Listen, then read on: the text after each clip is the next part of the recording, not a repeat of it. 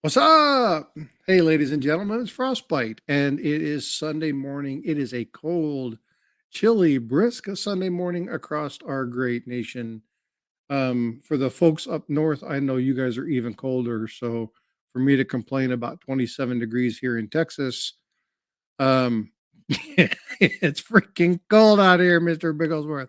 Yeah, it's chilly, so whatever you guys do, stay warm. If for some reason you have to be out and about, be protect yourself, dress warm. You guys know the routine. Um, just the Papa Bear in me wants to make sure everybody's doing well. I'm gonna run through and say hi to some folks. We got Thomas Hill, Coin Junkie AG, Dislogic. Thank you for being a channel member. AZ Coins is in the house. Thank you for being a channel member. Um, Nina Svelling. Hey, Nina, thanks for being here. Appreciate you a ton. We got Mr. EMR who didn't get much sleep. Hopefully, you can stick around. That'll put you to sleep with the streams. We got Mr. Eric Bayer. I almost said Bayer. I do that all the time. We got Jack Gallman in the house from Marion, North Carolina. Hope you're staying warm, brother. Let's see. We have Brandon Looney Tunes. Now, Brandon is a new friend of mine. He's going to be coming up on panel for a little while this morning to say hi. Uh, Show him a warm welcome. Patience is granted. Keep it clean. No swearing while he's online. I appreciate it. Thank you so much. Mr. Jackalope, the one and only, is here. Thanks for being a channel member. John Shank, thank you for being a channel member. John, I appreciate you. We have, let's see, Eric Byer just donated 5 memberships. Outstanding. Hey, Mike. Mike Slice, Jess Davis is in the house. Rockzilla's here. Thank you so much. 87. Good to see you. Let's see who got these. 7 stacks. Jack Gallman, Thomas Hill, Mike Schleiss, and Jackalope Herdmaster. Make sure you all give a thumbs up and a how do you do to Mr. Eric. And speaking of Mr. Eric Patow, good morning, sir. Good morning. How are you doing? Wonderful. Just sorting coins as usual. That's good. Yeah, a coin podcast. It's a good thing to be doing. So, how's the weather over there in the sunny Florida? It is 50 and cloudy, and I'm going to have to find a way to heat this house a little bit, I think. Yeah, we've had the heater on for a little while. Hey, everybody, I got a buddy coming up. All right, so again, graciousness abounds here. Okay, what's going on, Brandon? Hello. How you doing, sir? Are there any swear words in this channel? There will not be any swear words in this channel, okay, bud? Good. This will probably be the best panel I'll ever go on. Then. Well, good. So, just so you guys know, it has the blue button, which is even better. This is Brandon. So Brandon runs a Looney Tunes cartoons channel. So if you like Looney Tunes and you like, so personally, I like Marvin the Martian. Brandon is a big fan of Roadrunner and Wile E. Coyote. And Eric, what is your favorite Looney Tune character? Oh, God, I'm a Bugs Bunny fan. Or Elmer Fudd. I like Elmer Fudd. So, again, yeah, no swear words. I'm restreaming this on my channel because this will probably be the best panel I've ever been on. Well, good. I'm glad you're here. So again, what I'm going to do to start off this morning is I'm going to do a little bit of show and tell of some of the stuff I've got going on. It has the blue button, which is even better. Which is good. This is probably my new BFF on YouTube. No swearing in the blue button. So outstanding. Well, I'm going to go ahead and go through this. And then when we start breaking into the coins, I'll have you step back down off a panel. But thanks for coming up and being a part of it today. No problem, bro. All right. So let's go ahead. I'm going to go ahead and shift my camera down. So I don't, I do show and tell stuff every once in a while. I'm going to get my stuff situated here and shift this out of the way and kind of show you a couple of things. So there's some things. Now, if you were an IDA stream the other day, you will have seen what I'm about to show you. And this is a gift that came to me by Papa York. Now, Papa York did one thing, and this is going to be for people in the stream. I'm not exactly sure how I'm going to do this or when I'm going to give it away, but this is a wooden box. Now, obviously, it's not just a wooden box, right? There is a pickup truck that has been carved inside of this box. Now, Papa York did this. He likes to do that kind of work. And you can see he's carved the little doors. He's got the bed of the truck. He's got the wheel wells in there. He's got some details underneath. Um, but he did this all inside this normal box. And so I want to make sure that I shared this out. So this is actually going to go to somebody. If you're interested in this kind of stuff, make sure that this gets put in here. Coach, that's outstanding quote. So I'm going to set that there. But the thing that I really want to show everybody today, just one of the few items, is this. Now, you all will recognize this as my old channel logo. So this is my very first logo. And this is something that is really cool. Hey, what's going on, Muckraker? How you doing? Thanks for coming in. So we're showing some of the items I got for Christmas and some of the other packages, and then we'll get back into the coin talk here in a little while. But this is the old channel logo, and he did this by hand. So he's carved it. He's inlaid some little gold leaf on this inside here. It's all been done, and then on the reverse, he's wrote, "A well-regulated militia is necessary to the security of a free state. The right of the people to bear and keep arms. I shall not be infringed." So it's absolutely Second Amendment worthy. It also is um, just a gorgeous piece. So a huge shout out to Papa York. So again, if this is something that you like, if you like this kind of effort, let me know.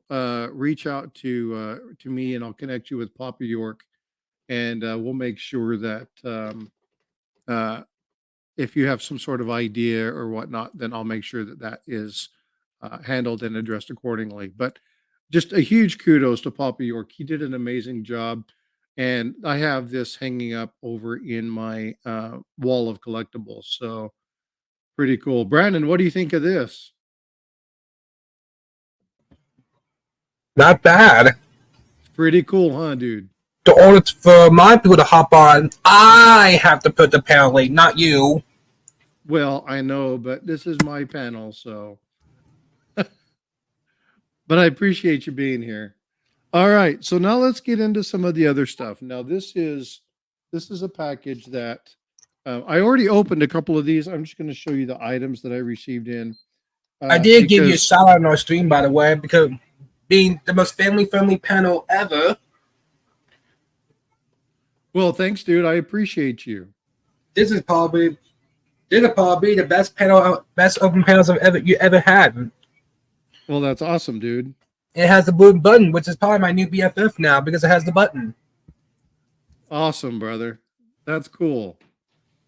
So the first thing I want to show you guys is I've got a token here, and you can't see this very well. I know this camera's not set up for this, but this is our Navy token. This is a Civil War token from 1863.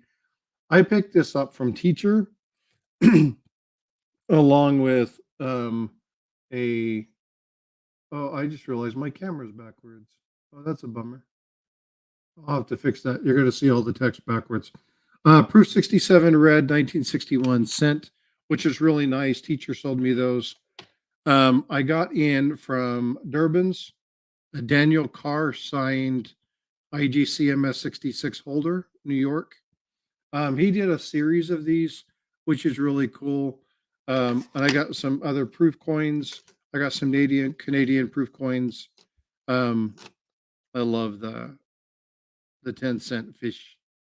So I got a couple of these from the Durbins, but this is the one that I really like. You guys know I collect ships. And so this is the Doodle Raid. It's a copper coin, but it has the Doolittle bomber there with the special package, and then you have the carrier that it took off from. It's an amazing story of the Tokyo Raiders on April 18th, 1942, where they took these bombers and actually took off from the carrier, something that had never been done before. So really cool stuff. Really like this. So huge kudos to that. I got a nice Morgan that came in.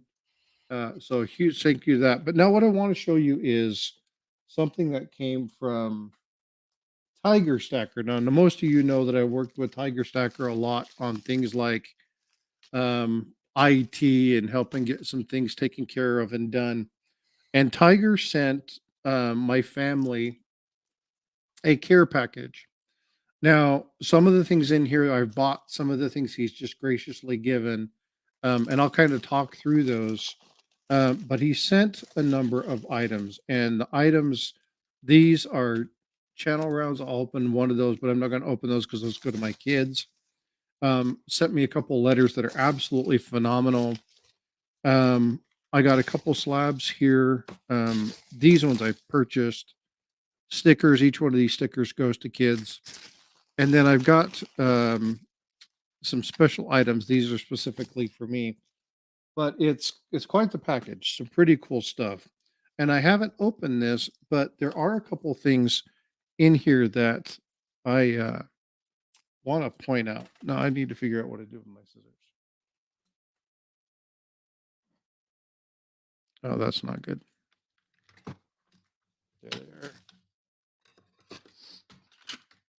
All right. So the first one, and this is going to go in my book, and unfortunately I don't have my book sitting here, and I'll fill this in. I'll make another video short of this. This is I have a lot of people. Hey, good morning, Kane. How you doing? Dan McCumber, thanks for coming in. I appreciate you being here. Farm Dog is in the house. Let's see, who else am I missing? I already said hi to Mike. Already said hi to Kane.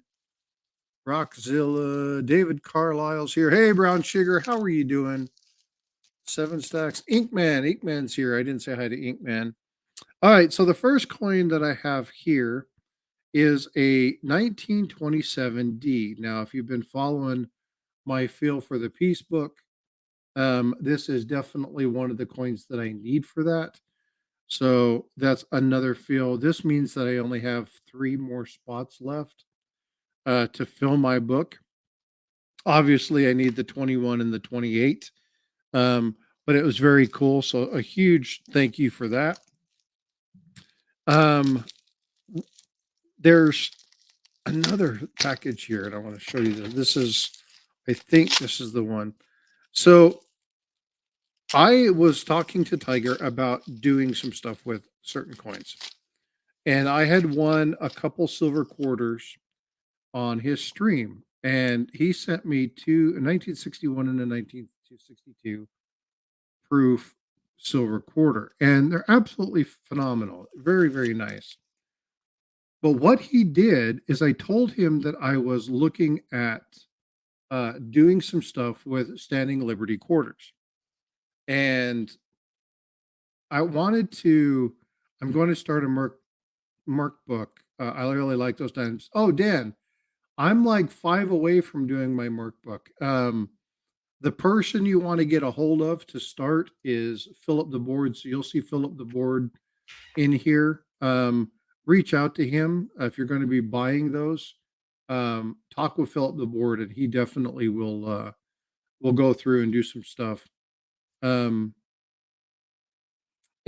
I'll reach out to you, but definitely talk to Philip the Board. There's other channels, but he's Mr. Merkman. So, but this coin, I told Tiger that I was looking at doing this. Now, you'll be seeing some stuff from me in the next month or 2 or 3, however long it takes me to really get research done on standing Liberty quarters. And I have a package here from Kevin Rose. Now I'm going to open this up, and there's a lot to this particular package regarding what's been done and the work that's already been done to it. Um, The order for one of my people to hop on, I have to put the link in my chat. that's true, Brandon. If this were your panel, that's exactly what would have to happen. So, but the Standing Liberty Quarter is something that I haven't really collected a lot of. I have a couple of them, but the thing with, hey, what's up, Strader? Good to see you, bud. That's my Malaysian contingent fella right there. Good to see you. I'll send you a message here in a little bit. For those of you that don't know, my daughter's grandfather is been admitted to MD Anderson in Houston, and so he has some issues that he's going through. So Bifrost isn't with me today. She's out there spending time with her grandfather. So, but anyway, so appreciate you being here, Strider. I want to get into the Standing Liberty Quarters because I think that the Standing Liberty Quarter is one of the prettiest designs if it's not worn down. When it's worn down, I don't like it at all. And I told him I wanted to do one because I'm going to be doing some research on the Standing Liberty Quarters. And so Tiger sent me one. He didn't just send me one, he sent me one in really, really nice condition. This is easily between an 80 and $100 coin. So very, very nice on this very, very great gift from Tiger. So Tiger, a huge thank you to that. So this one goes to my daughter Bifrost. So those of you that most of you, if not everybody, should know who Bifrost is. Bifrost is the one who comes in and she draws and designs stuff. And so he wanted to send her a special gift for doing the drawings and stuff. And so he gave her a Sauron silver round to go with the stuff that she draws for um, like Marvel and Lord of the Rings and that kind of stuff. And so he gave that as a Christmas gift along with uh, two of his channel rounds. So a hell of a Christmas gift from Tiger Stacker to my daughter. And then my son's got something. I already gave them channel rounds that I had got. So he just took care of it. So all these are channel rounds. So that's, 5 ounces of silver for a gift for my kids. A hell of a Christmas gift for certain. And then this one is something else. And that is, for those of you who don't know, I'm a triathlete. My wife is a triathlete. I've done a number of half Ironmans. My wife has done a full Ironman. And so we collect coins. But my wife is of Slavic descent. And so he got her a Russian cyclist Olympic coin from 1980 to 1980 Summer Olympics. And so he sent that to my wife. Really, really cool coin. So very thoughtful, targeted, pointed gifts specifically at the people that I love in my life, and just extremely thoughtful. Now, these ones are purchases, and these ones are something, again, this was some of the history that I study for you guys that should know this. I do numismatics, and I do numismatics because I love the history of the coins. And when Tiger showed me that he had the availability to do this, I was absolutely floored. And I'm like, oh yeah, I've got I've got to have these. Now, two of these are the same, and one of them is different. I'm hoping I get the different one. Nope, I opened up two of the same ones, and I apologize. This knows I'm going to push mute while I do this because I hate that noise.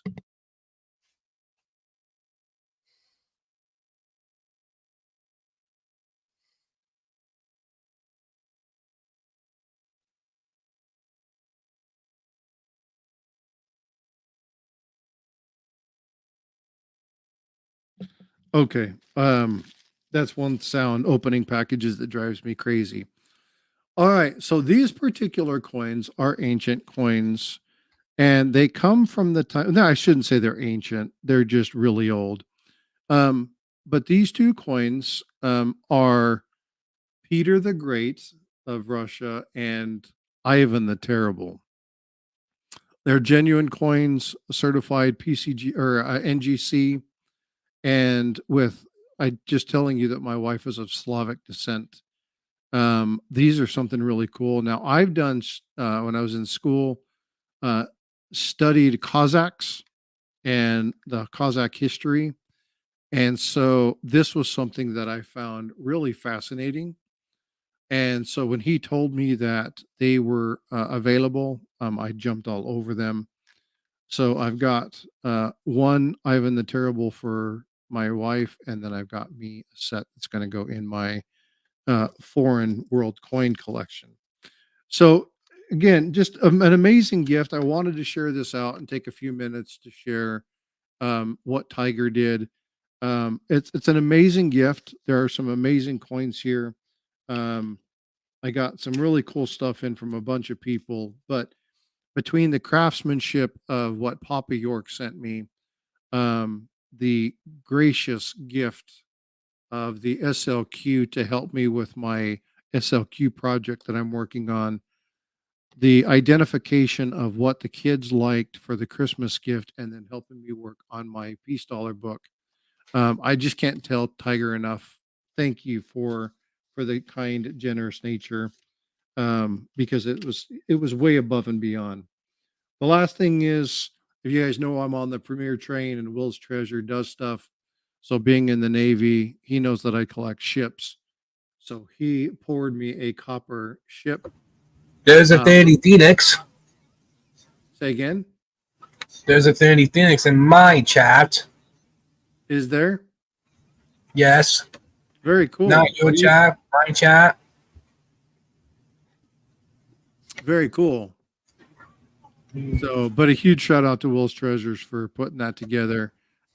Again, Will's one of the folks that does stuff on my channel. So cool stuff. So, Brandon, outside of Looney Tunes, what do you collect? Do you collect anything?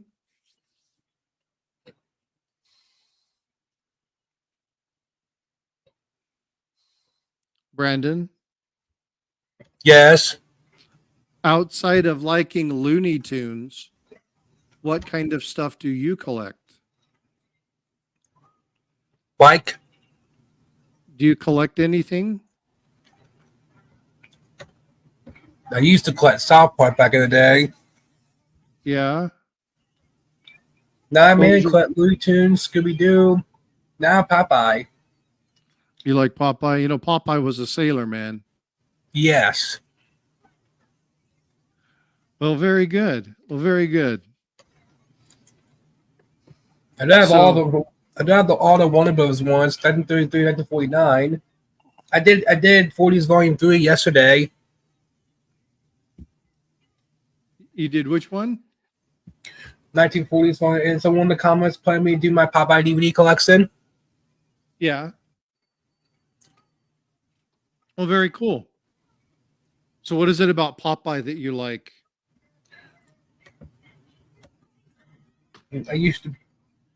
I have it I use again mostly from eBay. Yeah. You do have a favorite. Is there anyone else on the panel? Well, when we start actually breaking down and start getting into the coins, there will be, but I'll have you off the panel when that happens, because we'll be actually talking about specific coins and doing stuff. Killer Strider, thanks for coming in. Appreciate you being here. Get some good rest, brother. Take care of yourself. Thomas Hill, have a good day at church. Drive safe, stay warm. Red Silver's in the stream. Good to see you, Red Silver. Thanks for coming in. I'm Andy's Candy. How are you doing? Again, just so you guys are aware, we have a special guest. Obviously, Eric Byers in the house, and then we have Brandon, a new friend who is does a Looney Tunes cartoon channel. So go check him out. It's one of his passions. It's what he likes to do. They know I'm special. Oh, yeah, we know you're special. Infinite Phoenix. That's what you were saying, right? Infinite Phoenix is in the house. How you doing? Good to see you. What's going on, Spray Can? How you doing, bud? Gary Hoffman is in the house. I'm I did a thinking of stream having of other Phoenix content the other creators day. come up. Say that again. I did a stream of Phoenix the other day. Did you? Hmm. Cool. What Most did you common guys do on your that I go stream? on Discord. Yeah. So you do Discord? No And swear words either. say that again, Brendan. No swear words at all now. No. Oh, You keep your channel family friendly. yep. That's good. So how long have you been doing your channel? So Brandon's channel has 2,500 subscribers. And again, he does Looney Tunes. So if you have a favorite Looney Tune character, matter of fact, you know what I'm going to do? I'm going to do a giveaway. And I used the favorite character as my avatar.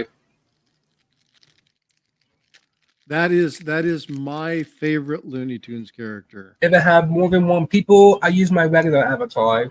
I usually only have one person on panel.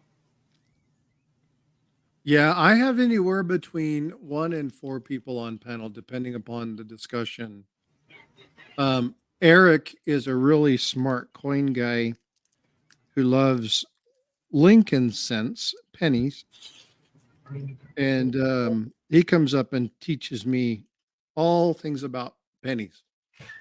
So Eric is a really smart dude. Well, So Roxzilla likes Foghorn Leghorn. Foghorn Leghorn is that's one you don't hear about that often. that was my grandfather's favorite. He loved. Do you remember the dog's name, Brandon? Yep. What's the dog's name in Foghorn Leghorn? Barnyard Dawn, as in Barnyard Dog. So you can't get nothing by this guy. He knows all of us. So, well, very cool. So, what is your favorite episode? Because you're telling me yesterday that you have a favorite episode, but the you Fast can't and Furious, the first one Winner Cook never made. It's copyrighted, so I can't show it off. If you want to watch it, you have to sign up to my Discord. Just sign up to Discord and go to my server. Very cool. Do you have your server address? The Looney Tunes Watch Club. It was the Looney Tunes fan club until they got hacked for the same users as me with a chipmunk voice. Now it's during Bugs Bunny's birthday party there. Oh, very cool. I rarely do VC chats now. Yeah. Well, that's cool. I'm glad that you enjoy doing Looney Tunes and you found something that you really are passionate about. That's very neat. Uh-huh. So, how long have you been doing the Looney Tunes? A couple of years, right? Almost 3 years since since like 2021. But I changed my name to Brandon Lucas in 2000 October of that year, and it still is ever since. Very cool. So, were you doing something before? Not really. No, this was like your first go, your Mhm. first time doing this. That's awesome. Well, very cool. All right. Well, we're going to go ahead and get into coins. So, Brandon, thank you so much for coming up and spending some time with me on panel. No problem. I appreciate you being here. Yep. It was a real pleasure meeting you, Brandon. All right, Brandon. You have a good day. Okay, sir? What about the stream on here? Huh? What about the stream? I'm restreaming this on my channel. You want to put your information on? You want me to put? My sub, I did have 25 35 yesterday. I got 8 more subs yesterday from going on new panels. Awesome. I have to put pull this up channel your link on your chat, not mine. again. I put my channel link on your chat, not mine. Okay, let me go ahead and put the channel link in there. If y'all want to go check out Brandon, here's Brandon's Looney Tunes link. If you like cartoons and there's something that you want to go check out, if you're a Foghorn Leghorn fan like Rockzilla, or if you're something interested in looking at things like um If you cut, uh yeah, Marvin the Martian or something like that, then that's definitely something that you want to go if check anyone's out. coming to channel, like your favorite character is Foghorn Leghorn, it'll be my avatar. Very cool. So like him up, subscribe him up, and go check out this stuff. Again, you guys know that I like to have different people up on my stream and support a wide variety of people. So again, Brandon, thanks for coming up. I'm going to go ahead and dig into getting into some coins and kind of talking about some items that I'm working on. So I appreciate you coming up. Hey, Kevin What Dobbs, about? good. Thank you for coming up. I was currently. I mean, we stream this on my channel, by the way. Okay, Yes, can you say that one more time? I'm currently restreaming this on my channel. I know. Well, I'm going to end that aspect of this stream because I'm going to go ahead and get into some other items. Okay. Can I have the blue wrench? Uh, I need to give you a little bit more time before I do the. I don't give mods to very many people, so my mod's not like most channels where everybody gets a mod. So I probably won't give you a wrench for a little while, but you keep coming in and doing stuff like that, then we'll talk about it. Okay, bud? Okay. Okay. So I'm a little bit stingy with my moderators, just because I of the gave way that I run I my gave channel. you the I gave you the wrench, by the way. Okay, well I appreciate that, but again, I run my channel a certain way, so just respect my wishes. Okay. Okay. All right, bud. Well, you have a good one. Take care of yourself, and we will talk to you soon. Okay. Okay. All right. See you later, bud. Goodbye. Bye bye. All right. Thanks, everybody. Appreciate you doing that. Again, Brandon came in, was looking at the channel, said hi, invited me up to go live with him and do some live streams and make sure that we watched cartoons and just kind of talked about what he liked to do. Wanted to give him the opportunity to come up on my stream, talk a little bit about his channel, what he kind of likes. um, I don't really need to say anymore. You guys understand that. But again, I want everybody to know that my channel's for everybody. So again, Brandon, thanks for coming up. I appreciate you being in the stream. And anyway, that was fun. All right, so let's go ahead and get into some of the stuff that I wanted to do. So thanks for being patient, Eric. Oh, no problem at all. It was very interesting. So, Love well, Looney Tunes. it's always good to learn about other things and what other people are doing and stuff like that. You have a 41S. I have a 40S too. So what is that? What is that mark time? RPM number 3. Nice. That was one of the fun show finds. And then this is a 40S, RPM number 1, which is a FS 501. Got that at the fun show. Do you have the listing? The listing. Oh, you mean a picture? The photo of it, or do you have a I do you not. I'm understand? just actually sorting these out right now and identifying them. Let me pull that up. Variety Vista, is it probably the best place? Yes. Let me pull that up. Let me get to Marquis. Yeah, I'm down to like only needing like 5 more merc times to fill my merc book. I'm getting Boy, was excited. there a beautiful 16D at the fun show. Yeah, don't be telling me that stuff. I can't even afford Yeah, it was that. an MS64. Yeah, it's crazy. All right, RPM listings 1940S, Yep. RPM 01. All right, let's go here. Let's present. We're going to share the screen. What's up, Iceman? How you doing, bud? Good to see you. And folks, again, while I was doing the first part of that, I wasn't really calling out chat much. So if you came in and I missed you, I apologize. All right, let's go ahead and show this. So this is what Eric has in his hand. So you want to kind of walk through this, Eric? Well, it's an S over S over S. You can see it to the east, and then it's a split serif on the bottom. There's the or west, and then right on the bottom, right there is the third one on the bottom serif of the S. Right here. Yep. And that So is the tells for this one is the die crack that runs on the neck.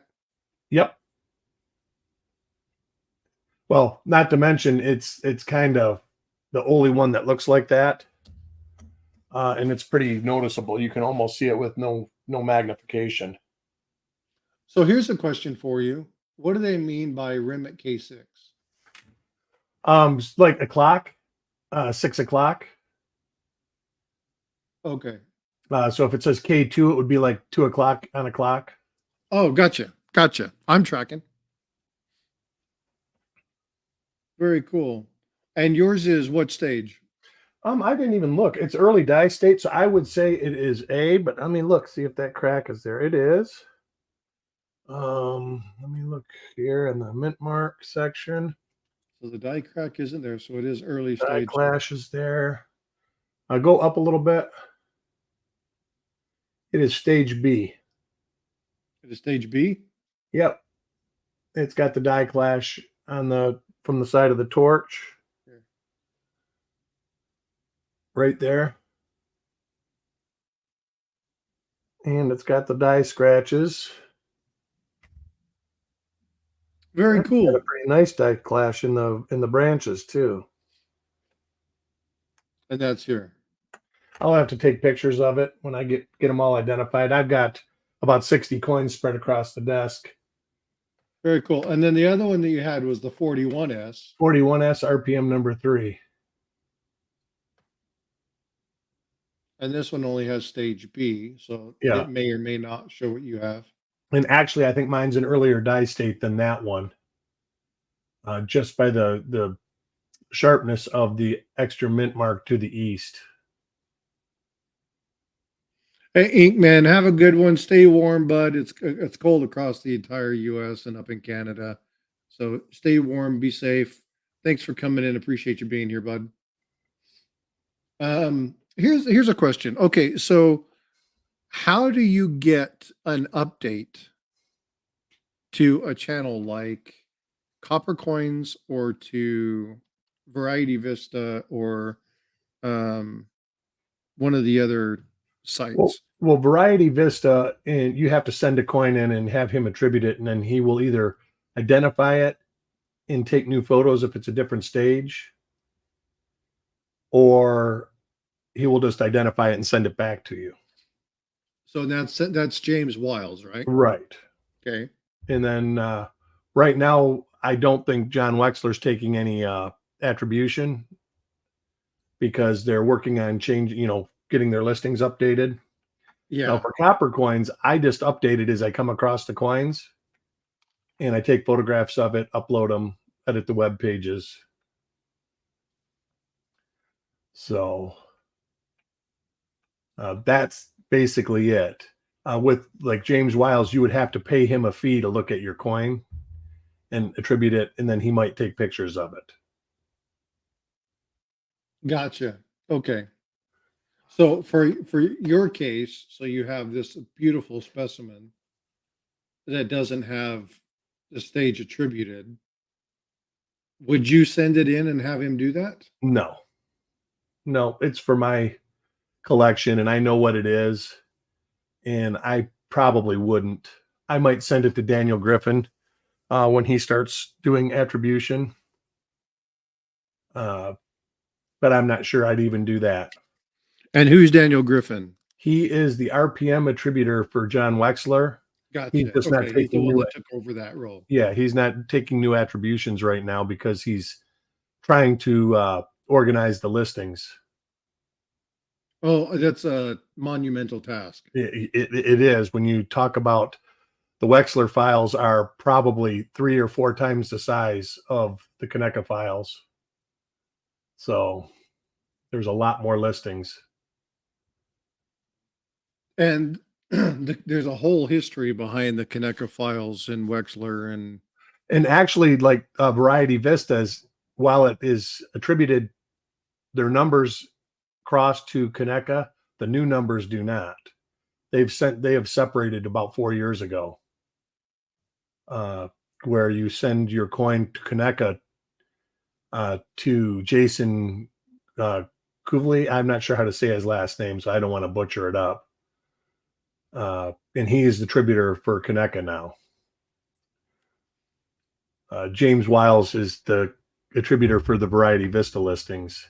And when you see a new one, it'll have a V acronym in front of the listing. So real quick, Gary, if I sent you some slabs, would you give me your opinion of them? Are you concerned about them being fake? Because if you're concerned about them being fake, it's far more economical to go to a coin shop that's in your area and they can look at it and then they can tell you whether they're authentic or not. It also reduces the potential for risk of loss. So if you're going to be sending it to me, then I have to send them back to you. That's 2 times in the postal service that runs the risk of them getting misplaced or damaged.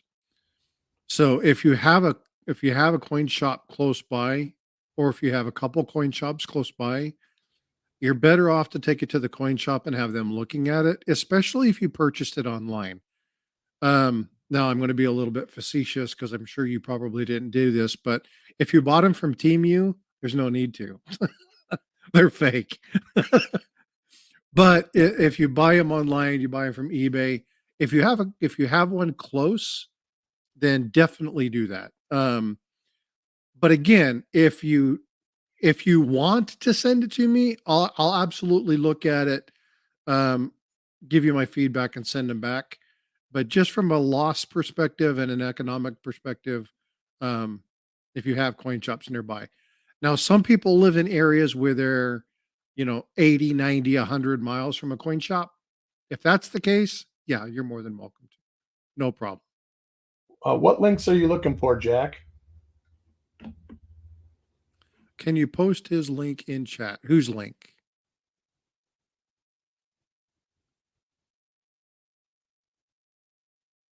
What's going on, Mr. McBride? If you want to come up, Joe,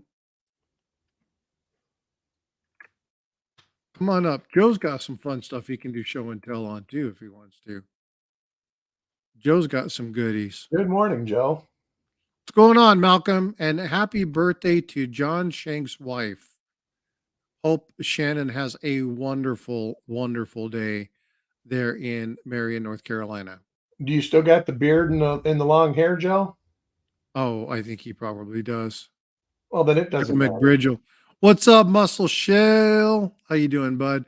Hey, look who's here. Frank Guido, Papa Frank. Good to see you, bud. Thanks for coming in. It's horrible that there are so many fakes in the coin community. It reminds me of Hue and Wine area. You can never be 100% sure unless you buy direct. Counterfeits are just a way of life. And it doesn't matter. Here's a question for you, Eric. Ask your favorite counterfeit question.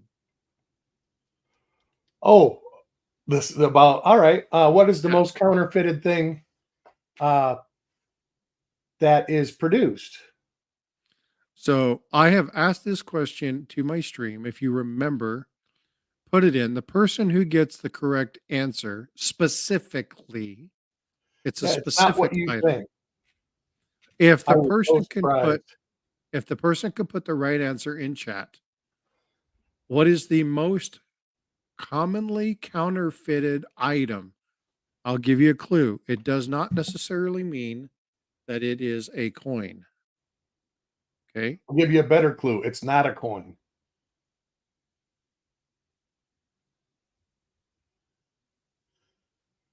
Oh, we got a close one.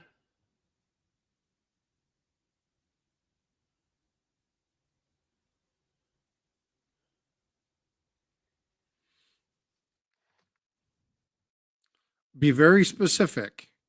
So when you're talking about shoes, what type of shoes? If you're talking about Rolex, what type of Rolex? If you're talking about purses, what type of purse? Be specific. Okay. We'll be very, very clear. Boom. We got a Farm winner. dog is the winner. Slippers, chanclas, flip flops. Who would Ironic. think that's the most counterfeited thing? Most counterfeited thing. It's nuts.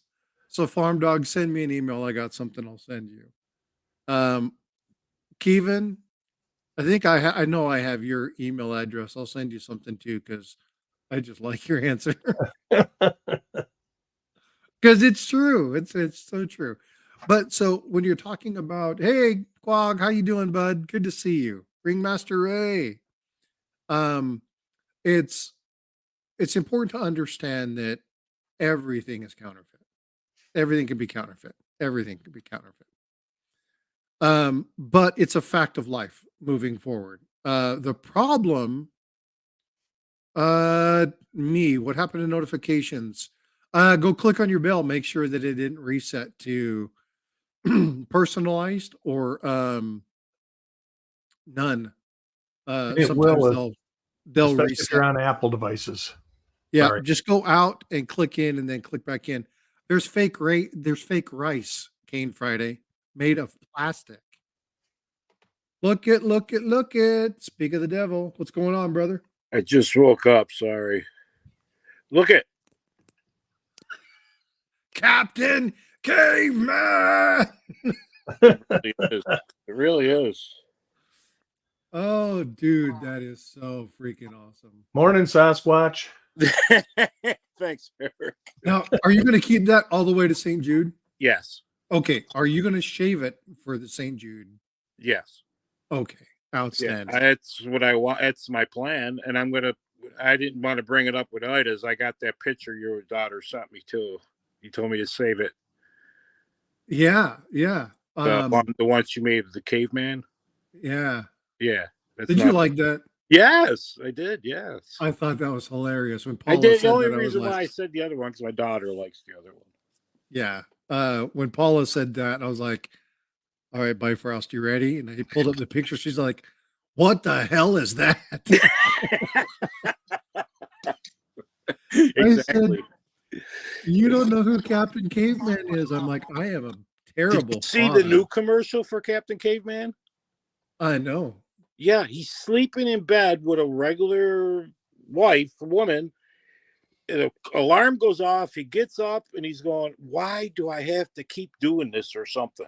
And it's another commercial for Captain Caveman for what's the insurance company? Oh, wow. Yeah, It's not Geico, is it? what's the commercial? It's not Geico, is it? Yeah, it's Geico or something. Yeah. Yeah, the Yeah. caveman kind of. Yeah. Yeah, he gets out of bed, he stands up, and he's all mad and stuff, and he doesn't like. It's like, oh my god, it's coming back. Oh, yeah, because I showed her that and she was like, what the heck is that, Dad? And I was like, that's Captain Cave. Have I never showed you Captain Cave? And she's like, I was like, oh man, I have been a terrible father. I haven't introduced you to like Oh, that's funny. the That's genuine stuff. She goes, it looks kind of like Flintstones. And I'm like, it's close. That's the same time frame. They actually showed up on each other's thing once, I believe. But that's why I said I woke up. I might as well show you the way I look like when I wake up. Oh my god, it's awesome though, dude. You should donate it to Locks of Love. People Yeah, who haven't seen well, you a year ago. everybody tells me that it's not long enough for that. I think it only has to be 5 inches long to be donated. You'd have to probably go to your scalp. Yeah, that's what I mean. I don't know. They are Hanna-Barbera, Kevin. Yeah, they're both the same. We'll see. Eric, I got a coin. Uh-oh, he kicked himself out. He'll be back in a minute. Kevin Dobbs, it's so easy a caveman can do it. Yeah, that's the commercial that they're talking about. I love that commercial. They need to bring it back again. He's like, yeah, it's funny. I'm tired of this. Throws down his old stone grain grinder. Yeah, that's not cool. When he's works on the crew. That's yeah. a good one. Yeah. Yeah, they were good commercials. And the thing that I liked about that, he's back. Yeah, I pulled the Nida. I was saying, Eric, I have this coin. Yes. What is the real cherry picker's number on this? Oh, let me see. How come I can never find these? Can you see it okay? I'm making you big. Right there. No, go back down. A little Is more. it double die? Is it DDR? All right. Right there. Stop right there. Okay. Like I said, I just woke up. I can't see. FS02. It is FS 801 and it is 1964 DDR number 1. Die 1, it says. Yeah. Yeah, it's DDR number 1. Okay. And then Copper Coins listings. I'll see if I got it in Copper Coins listings. But how come I can never find the old number? That's what I'm saying. It is like on Variety Vista. It's actually on Copper Coins. If you look at 64P1DR1 in the description, it says Old Cherry Pickers Guide 026. Oh, I didn't see that because I always go to Copper Coins. That's why I didn't see that. That's a nice one. Yeah. So what do you think? What's this? Is that worth anything? I mean, I can't even remember what I paid for them. Well, let me see what do you What's have it they got? What condition was it in? It's 63 red. 63 red. Probably about $100 coin. Oh, Is that much? Oh yeah. And I got this one. PCGS shows it at like 50. I'm just, it's hard to say. Well, no, I know. I don't care what they're worth. I'm just saying. I got this one. I think it's pretty nice. I got that is pretty cool right there. That's the doubled eyelid. Yes. Yeah. Well, no, they told me it was the double. What is it? Where the ear and hair or somewhere? When I say double eyelid, it's not like it's like the profile is doubled. Oh yes, exactly.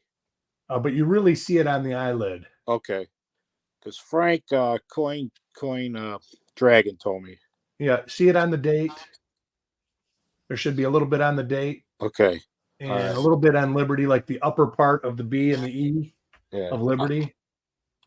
Okay. All right. Yeah, because I was looking around the ear and the eye and all that, because that's where they were telling me to look.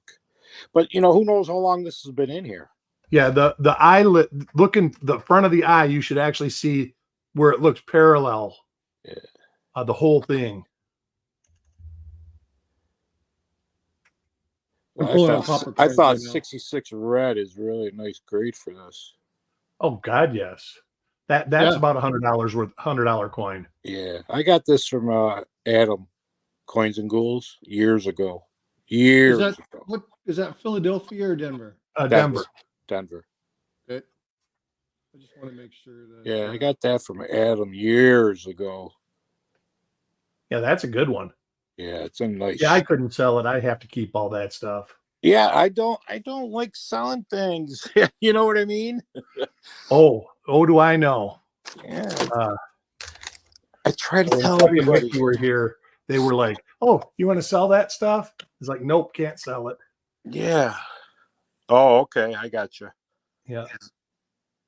There you go. Okay, that shows me a lot to look at. But it's also hard because I don't know how long that coin's been in that holder. that's the thing. It's hard to see because of the scratches outside on the slab. Yeah. You know what I mean? It's hard to pick up markers when they're in But yeah, slab. show them the eye. If the eye should be the first picture. Oh, No. it's not. Those aren't my pictures then. There's the eye. Up. Right there. Okay, I got it. That's the easiest part to pick it up on. I'm gonna look right now. Matter of fact. All right.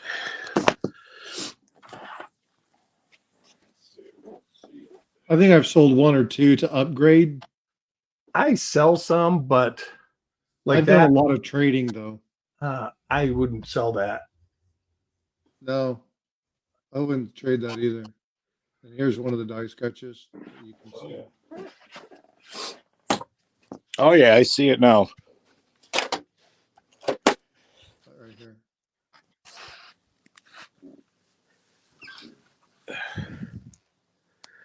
Very cool.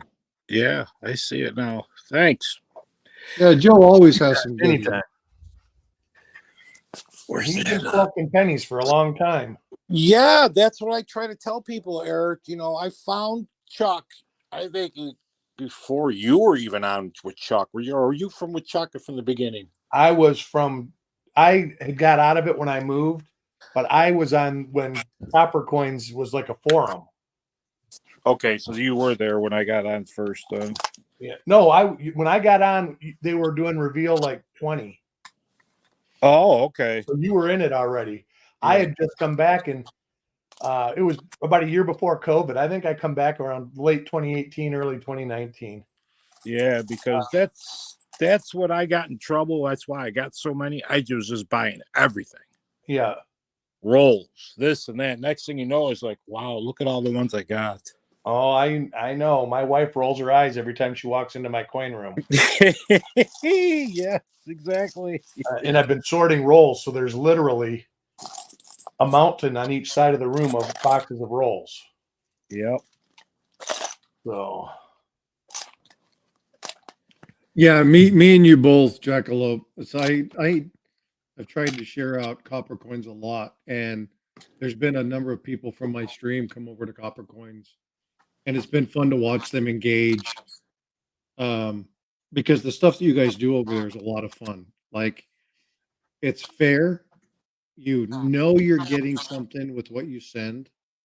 And if you're organized, then you can keep your tubes, and when you get like they're doing 60 rolls or whatever, you can put stuff in tubes, so you just fill in your tube.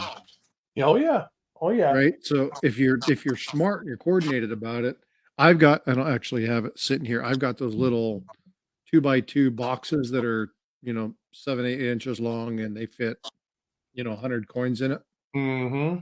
And I have like 5 or 6 of those already done from all the stuff that I've got. All my other stuff I keep in a binder that is pure variety, yeah. So double die, RPMs, whatever it might be. Yeah, I've been slowly sorting. I don't know if I can get this under, but I do it sort of like this. Let me move this out of the way here. So is anyone collecting Canadian cents? Is Ringmaster Ray in here? Ringmaster Ray does. I collect the old other people. The old large cents, and I collect the Newfoundland cents. Yeah, there are some people that collect them and put them in. I have to finish what I'm doing before I start anything new. What I do, I don't know if I can get a page view. No, that's good. We tracking.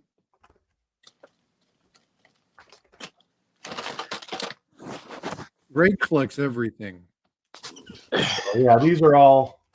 I got 5 binders. There's about 1,400 coins in the 5 binders that are organized. This is how long I've been in Chuck's. That's what he used to do. Yeah. So. Ooh, that's early. Yeah. That's from reveal what? I don't even think that's a I don't reveal. even know. Doesn't even say it on it. That's what I'm I saying. think that was from an auction. Oh, was it? Yeah. Because I don't even see too many of these in my what I have.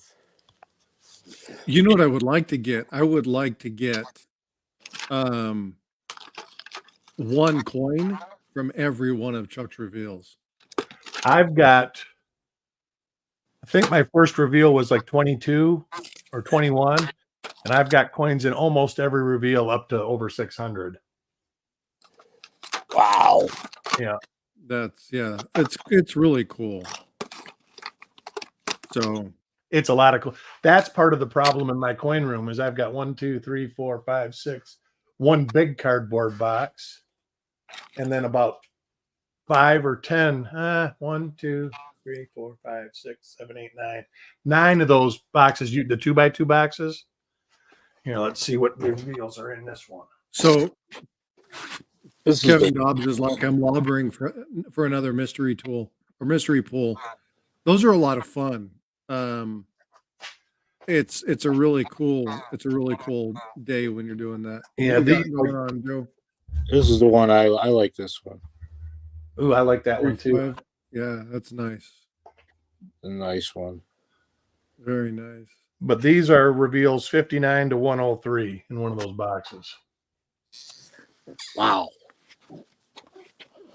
I'm trying to see how far I can go back here because Yeah, see, I think it'd be so cool to be able to do that because you can go back through number one, the videos are there. So you can go back and look at it. Yes. Actually see where the coin is pulled and Do hear you what he had remember to say about it.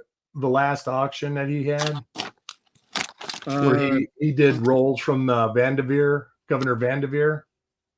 no, I wasn't able to attend. That I was like got, in the I got last some of those. last 2 weeks. That was reveal 60. Yeah, I got some of those. And that's what I was saying. Somebody got those 57D rolls, and those had what used to be 56D OMM2, but it's been reclassified as a D over D over D now. So it's RPM 12 now. I'm going to have to look again now. The farm dogs, like my first reveal with Chuck was 36. Yep. Farm Dog was there at the beginning. This one is the one Chuck did an overlay on. He did an overlay. It's in the videos of copper coins. He did a reveal, and there's a mark on the head, on the forehead. Do you remember this, Eric? I do, where he thought it was a dropped letter. Yes. And I sent this twice, and that's what it came back both times. Huh. They're saying it's not. It's coming back. It's coming back straight graded. Yeah, it's hard. You almost got to send that to, when it comes to stuff like that, I'm not sure who does their error stuff at NGC. Well, I took Adam's advice. Adam said the best place to go is NGC. So I went through Adam. Adam was actually the one who did it for me.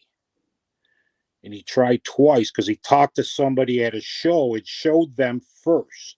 Right. Said, yes, it is a dropped letter. So that's why I think it's a dropped letter.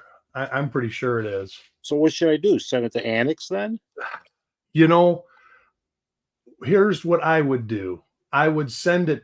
If you send it again, don't crack it out of the slab. I wasn't going to. Send it as a crossover and with an added attribution. And that way, if they disagree, they don't do anything to it and you get your slab back. It just costs you some money, Oh, okay. All right. They won't slab it in an annex then? Only if they agree. Right. It's 65 and it's a dropped letter. Right. Actually, I'm not sure how that would work with the variety attribute or error attribution. Okay. But Annex, I think, is better about that kind of stuff. Like I say, I don't know who does that for NGC. Yeah, I finally gave up after 2 tries and this and that. I'm going, man. Here's one thing I do know. A lot of these people that submit these coins that get super grades and this and that, sometimes they submit them 10, 12 times. Really? Yeah. I didn't know that. Oh yeah. It's like a card game. Yeah. Wow. All right. Well, I'll keep trying because I think it is too. Just because Chuck did an overlay, and that's pretty close to what I mean, I believe Chuck because Chuck Yeah. knows about this stuff, and so do you. Yeah, he knows better than anybody. Even like that guy we were talking to that had that collection, he knew Chuck very well and knew that Chuck really knew how to grade and knew about coins. Yeah, exactly. Yeah. If Chuck said no, it wasn't, I wouldn't even attempt it. Even on stuff like standing Liberty quarters, Chuck will make gagging noises that he doesn't like them and this and that. But then when somebody says, "Oh, what about this, he grabs it and he knows all about it. Yeah. Yeah. Yeah. Good morning, Paula. Crossplay, check it out. There's a video in the videos of copper coins. You got to go down a ways. That was 45S, right? Yes. Yep. God, that was a long time ago. Yeah, it was. It was from a coin reveal too. It was from the coin reveal show, and he went by and he goes, "Whoa, what's that on the forehead?" And he goes, "Well, I got to do an extra show on this one." Good morning. Overlay. Yeah, there actually might even be a show with with him doing the overlay. There is. That's what he said. He came back with a show with the overlay. That's right. I remember that. He was trying to figure out what E it could be because he said it looks like an E. And he said it's the E from E pluribus from the reverse. That's what he thinks it is. Good morning. Good morning, Paula. We were just babbling. Babbling. Yeah. And it was a 40 what? 45S, I think. 45S. He did an overlay. Hey, you got to go way through them videos. Yeah, it would probably be back right when COVID started. I remember that coin. Yeah, I gave up. Adam sent it in twice, Paul. I gave up. Yeah. But Adam asked somebody before he sent it in too from NGC, and they said yes, it was.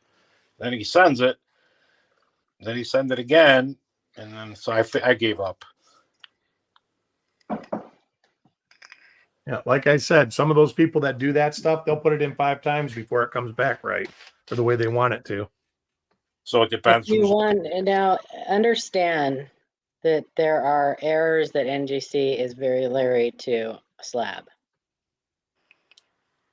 Well, I was going to do Annex, but Adam was the one who sent me a message and said, "You want to send that through NGC? I'll do it for you." I said, "Yeah," because I don't know what I'm doing when it comes to that stuff. There's a good picture of it right there. Yeah, that's it right there. It's exactly. And he did an overlay. I have my opinion of it, and Joe knows my opinion of it. But you don't think it's right? I know. Well, I'm just going by the. No, I don't. The thing that has me questioning it, looking at this picture, is the middle of the E.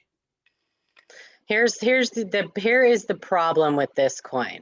They're going to be very hesitant to label it as such because it is on a very high point on the coin. Right. So there is an equal chance that it is from another coin. Oh, sure. Okay. Well, no, I know. I'm just going by what Chuck said. And I talked to Joe about this too. All right. Here's the thing. It was a dropped letter. Never mind. My brain see the long bar, long area. Yes. The way that shadow is, most of the time, dropped letters are very soft, equally around all of the margins. Yeah, that's a very sharp margin. The good ones too are usually in the fields, not on the devices. Exactly. Chuck was thinking it part of it fell. Do you think Chuck said part of it? He thinks part of it fell off. Yeah, I mean it could be, and it could be. They did an overlay. I mean, it is very, very overlay, and it's pretty. It's close. The biggest problem with this is it being on the high point of the coin. That is your biggest hurdle. Okay. Because they can't go, well, maybe there has to be a burden of proof there. Sure. So. Yeah, I understand. But I'm saying Adam asked somebody at a show before he sent it in from NGC. Well, I think that that Chuck sent photos of that to somebody too. Mm-hmm. And they he did? Yes. I'm pretty sure. There's the overlay. Yeah. Well, this is where he's saying it's not from In God We Trust. Right. It's not in from the we. It's from Yeah, the it's from E Pluribus. E pluribus. And his drawing was, he even said, he's not the greatest. And it's also more uncommon to have them on A reverse. for them to be on the obverse of the coin, because that's the hammer die. Exactly. So what during in that at that point in time. Yeah, that's what he said. He goes, it's So very, it had to have stuck. It had to have struck another coin and then stuck to the die, and then. yeah, that's what he said. It's very unusual to have a reverse letter on the obverse. Yeah.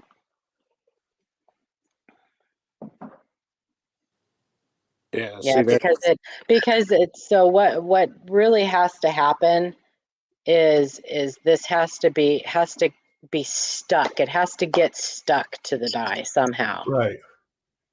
So it would have to be a clash type event where that filling would stick to the die. Oh, okay. Does that make sense? Because there's Oh, yeah. always a planchet yeah. in between. So Well, that's what a struck through a dropped letter is Yeah, where it it falls and sticks and hits.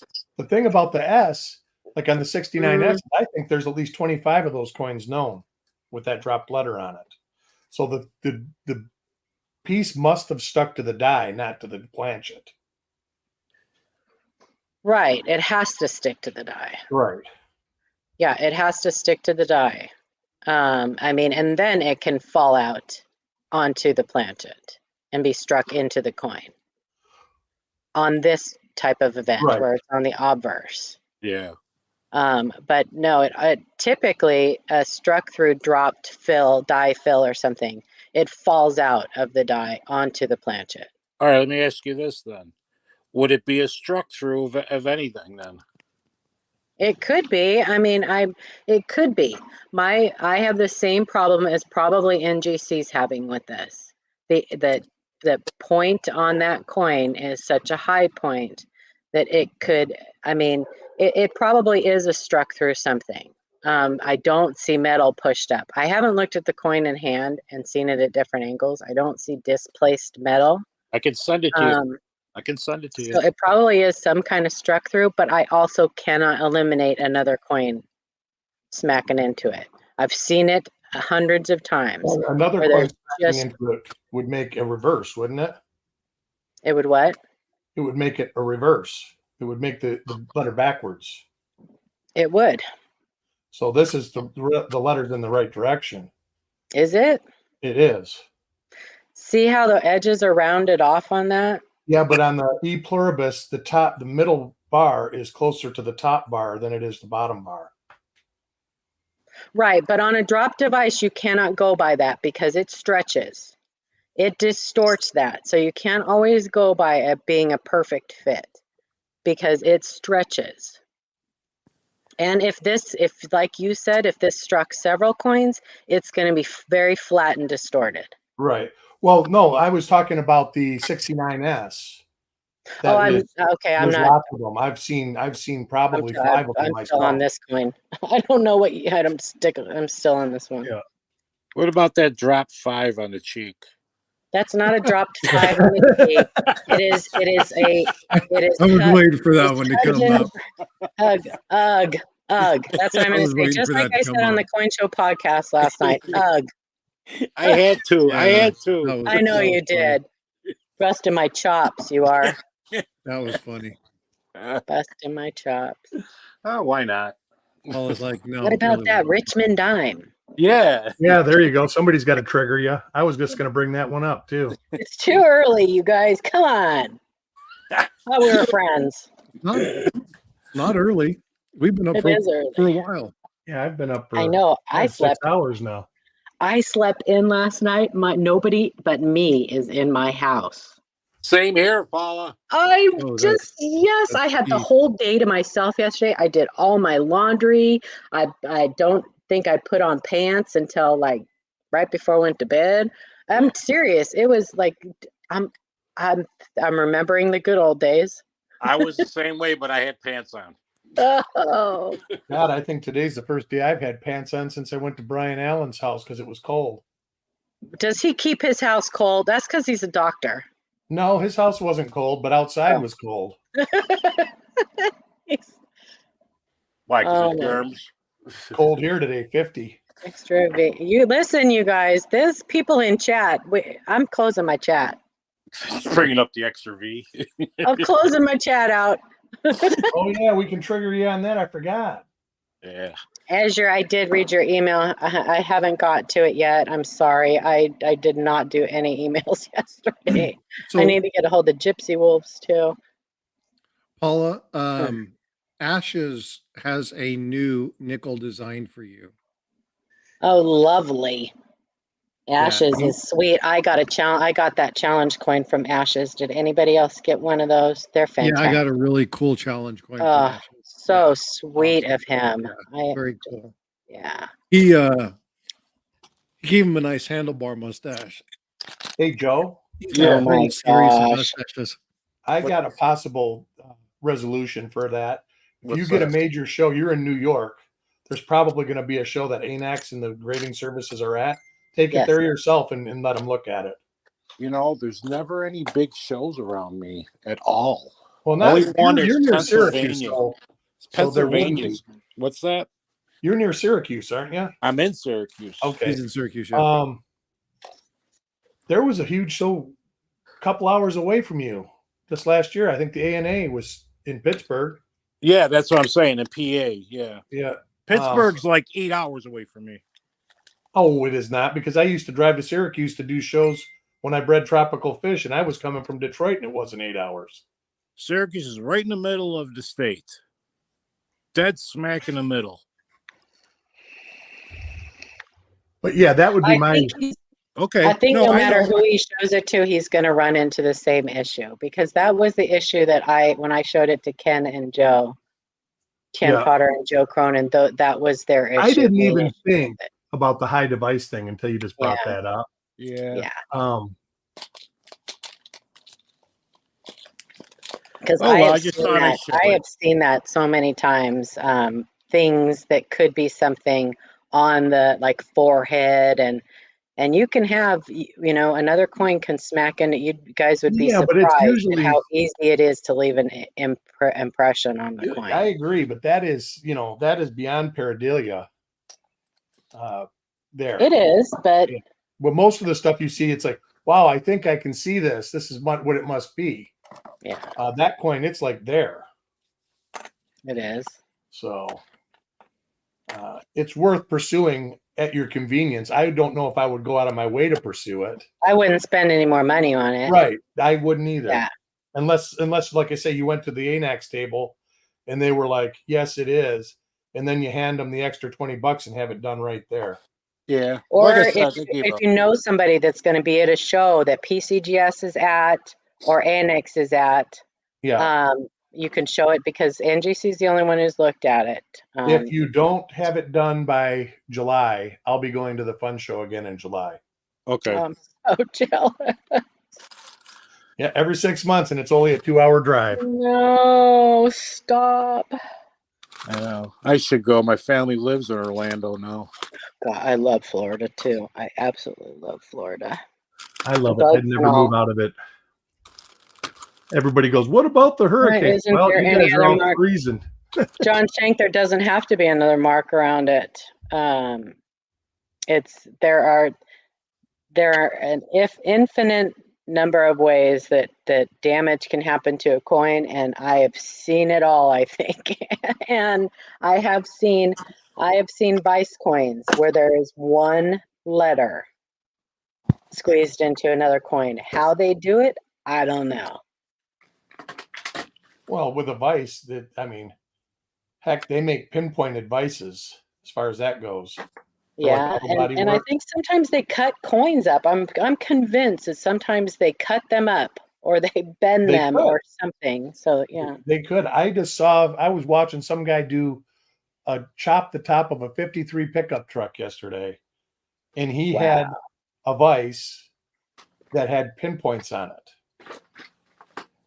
I was just like, for what? And then he showed It was for getting little dimples out. Oh, neat. Yeah. Oh, I bet that is really cool to watch. Yeah. And then I thought to myself, wow, you could do some really weird stuff with this. Frostbite, can you answer my question? A Morgan didn't with even two see a heads. question. No, you don't. You don't have a What is Morgan it? with two heads. You have a magic coin. Who is that? I want a magic coin. Kraken. I Stack actually of want a Kraken. magic coin. I want a magic coin. I want to find one. I would love to have a Morgan magic coin too, because Yeah. that would be really cool. They have Probably, them in every single thing. I haven't seen any like dollar coins with the magic coins yet, but they have them in every single. They even have Lincoln cents with wheat cents with Mercury dime reverse or other side. I have seen the magic coins where they're Morgans, but it has Libertad on the reverse. And if you knock it out and flip it over, it's a regular Morgan. Oh, wow. Wow. Yeah. So just real quick, Kraken, what we're talking about when we talk about a magic coin is somebody has taken a Morgan dollar and Ooh, those are basically nice. hollowed it out, right? And so what happens is they basically take a Morgan, they hollow out one side of the coin, Inside the at inside the of the coin, inside leaving, of the rim, yeah, where the leaving rim the is. rim Like that. and everything intact. Mhm. And then what they do is they take another one and they push it inside, and it makes it look like it's a two-headed coin. Now, they call it a magic coin because what they used to do, or they still do, because you can buy them Heads or all tails? over the place, is you can spin them a certain way or you can pop them a certain way. And then when you're doing something, so we have one that is, it's a 50-cent piece and a large cent, Oh, that's right? cool. Or there's some other ones that it's like, I'm going to turn this into a penny. And then they take it and they do like this, then they lay it out there and people look at it and go, oh my God, it's a large A cent. lot of How the did you do Kennedys that? have a Mexican coin on the inside. Yeah, Yeah. I've seen that. So, I want- I I mean, I'm wanna not saying that the follow- large cent is exactly the one to use. I'm just giving an example. Look at that, Paula. I got this see from that, Mr. Potter. Did you get that from Coin World? Paula. You No, got that from Mr. Potter. I got this. Paula sent me this. Well, yeah, Oh, I got it okay. from me, and I got it from Ken. I was Yeah. going to say he used to have ads in Coin World and all that every month. With Yeah, that and they are probably undergraded. I don't know. But there's also another way they make magic coins. Typically with nickels, they actually cut them in half. So you will see around the edge, you'll see a little line. Well, that's where like they- a two-headed penny. They usually cut them in half. Yeah, pennies too. Mm-hmm. I find plastic ones. I don't find the Those magic ones. pesos. Yeah, those pesos.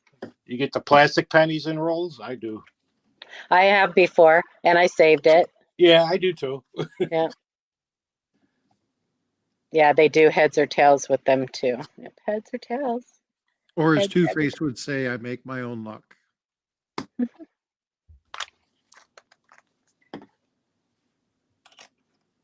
And it would be the wrong weight. So Yeah. So yeah, go ahead and send me the image. Now, what do you mean it would be the wrong way, Paula? magic coins are always the wrong weight. And they Oh, typically make a wait. really weird sound when you drop them. They do. They're hollow inside. They Mhm. move. Say, yeah, wouldn't they make a different sound? They Mhm. do, and you can look at the rim usually and tell that the rim has been machined. Yeah.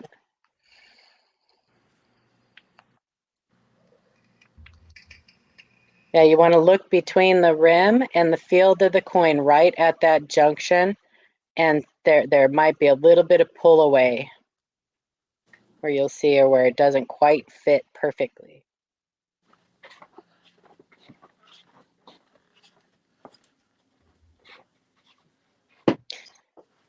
And if you want to try to get it apart, you can stick it in the freezer and then thaw it out and then stick it in a jar and shake it. Or you can go to eBay and pay $4 for this little plastic widget thing, smack it on the table. A what? They have somebody makes a Magic coin separator now. Are you kidding me? No, I'm not. Really? I did not know that. That's fantastic. And it's like a little plastic widget. You put it down, you close it, and then you smack it on a desk, and gravity will pull the insert out. Wow, I didn't know that. Hysterical. Let me see if I can find one. But boy, people capitalize on anything, won't they? That's great. Yep. The U.S. Mint they did have experimental planchets made of plastic. They sure did. Yes, they did.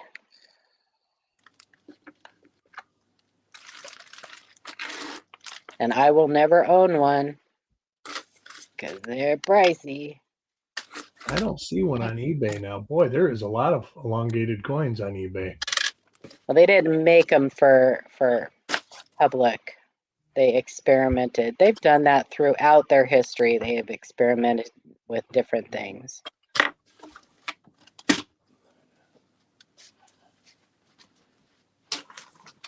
This is BAM 11 on the flip. Variety Vista says it's top 50, but PCGS NGC doesn't recognize it. Variety Vista? I don't think Variety Vista does Variety Vista have Morgan? Do they have Morgan dollars? They do not. I didn't think they did. Yeah, they don't. They don't have Morgan dollars listings on there. Vam World may list it as a top 50. PCGS and NGC only recognize certain things. They do not recognize all varieties and all VAMs and all. They just don't. It would be too much. It would be too much. But if you go on VAM World, they will tell you which VAMs are recognized. That was, VAM World. Where is the best resource for snow? Rick Snow's site. Oh, darn. He doesn't have them all listed, obviously. No, but you could get the book. I actually had the book. That's your best resources always. The book is always your best resource. Yeah, I had the book and I lost the book in a flood. I have one if you need one. I will send you a couple pictures. I picked up a couple repunched dates. Nice. When I was at the fun show, I had to, basically go out of my comfort zone in Lincoln cents and get half dollars, dimes, quarters, Indian cents. Well, there's like lots of varieties. Oh yeah, this one's got really nice. Where did I put this? There's. Well, I don't even know where they're at. Oh, I do know where two of them are at. Stacking a Kraken says it's on the way, Frostbite. And Spray Can Coins gifted 5 memberships. What a guy. There's two EMR, ATS, Coach's Magic, Roseanne, and Gold Sniping Farmer. Please make sure you say a huge thank you to Spray Can. That's awesome. Thank you so much, Spray Can. Appreciate it. Here, I want to show you this real quick. There's the other one. Here's a good example. Nice. All uncirculated too. This is a good example of what a magic coin would look like. So you can see how it's been hollowed out inside. And then you can see the you can see hollowed out here. That's been cut out. And that's exactly what lake lines on a coin look like. That's right. Yep. Or used to look like. Yep. Yeah. They do not use that lathe anymore. They digitize it and use a router to make the master dies. Nice. So, but then that's what they would do. They would cut that piece out and slide it inside. And then they would change it out with this coin, which fits inside this coin. Yes, it does. So that coin would just slide into here. Now you would see that it's full. So that's kind of what that looks like. I just wanted to show an example. Yeah, I watched a good video yesterday. Say that again. I watched a good video. I'm going to put a link to a video in your show. While you're a mod, fire it away. a good video on coin making, minting process, and it's pretty recent. I think it's like 2015. EMR wants to know when they quit using the lathe. I'm not sure. Probably when they digitized it all. Yeah, now I mean, this shows how they do it.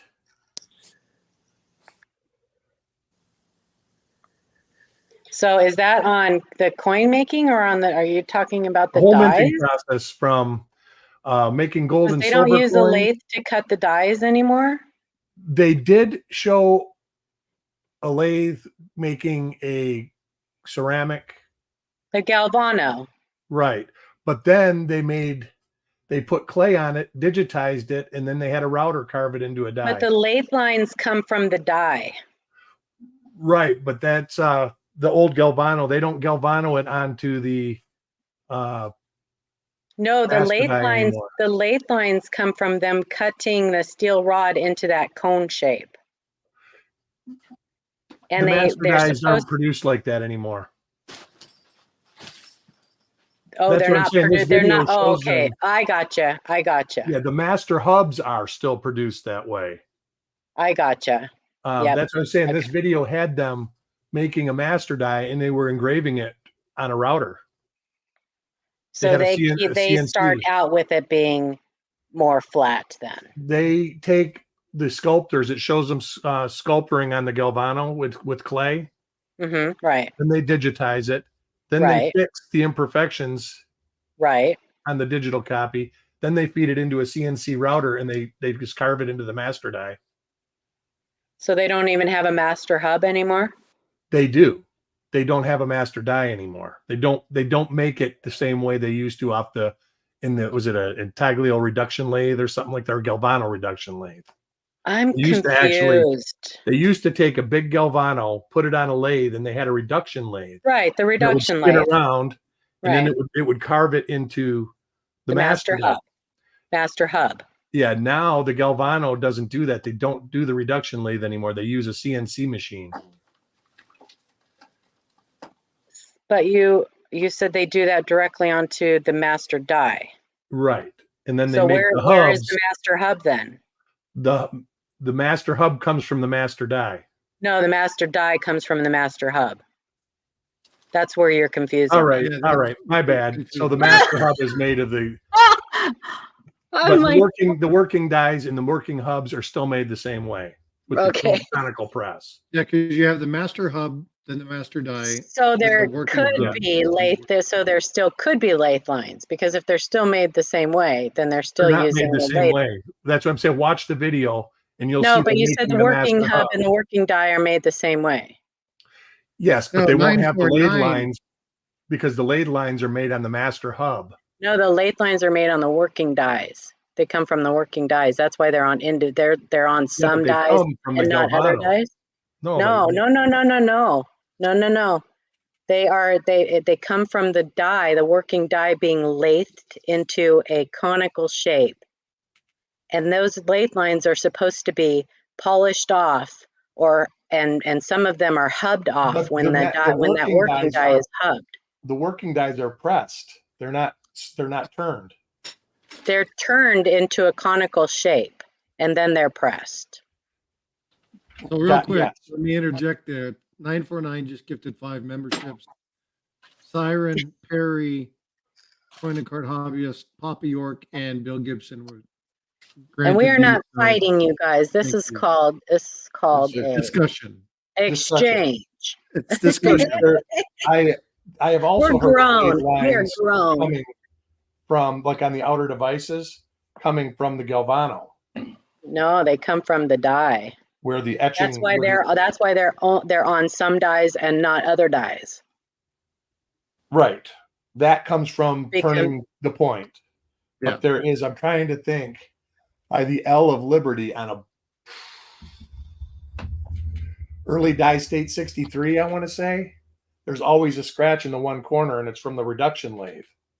Yeah, that's not lathe lines though. Sure it is. No. It's just lathe lines from a different source. You said it's just one mark, You're right? talking about like the UFO listings and stuff like that. That was actually from people turning the blanks wrong. I'm talking about the 96 Right. Lincoln cent that has the lathe lines on it. Lathe lines are concentric. They're called concentric lathe lines. Sure. Multiple concentric lathe lines. They have to be the same distance apart. Right. No, I'm talking about like with the UFO sense. I think they're actually in 96. Yeah, on the reverse on the little circle by Lincoln. Yeah, that is from a bad machining on the die blanks. So are the 96 concentric lathe lines around the perimeter of the coin, around the outer. In 96, that might. Oh no, they didn't have a good CAD cam back in 96. I don't think they could make a coin. Like I said, if you look on Lincoln Cent Resource, they have a list. They have or used to. I don't know if he pulled it down or not, but they used to actually have like Kazan Coins can identify certain dies, and they used to have listings for lathe lines on every single denomination, and they used to have it that you can pinpoint it. That's a lathe line right there. Right. Those are lathe lines. So those are from the working die being lathed into a conical shape, and they are supposed to polish those out. Right. But they didn't all get polished out on certain dies. Those are on the working dies. They can be traced with die markers to certain working dies. So we're talking about two different things. We are talking about two different things. Okay.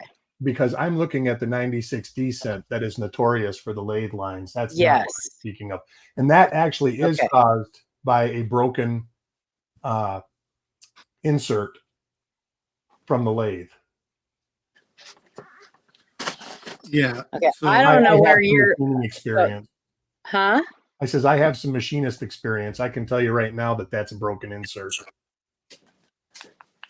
The lathe lines on the conical, the reason they were so deep is because the insert was galled. Yes, I have seen videos on that. God, what's the guy's name that made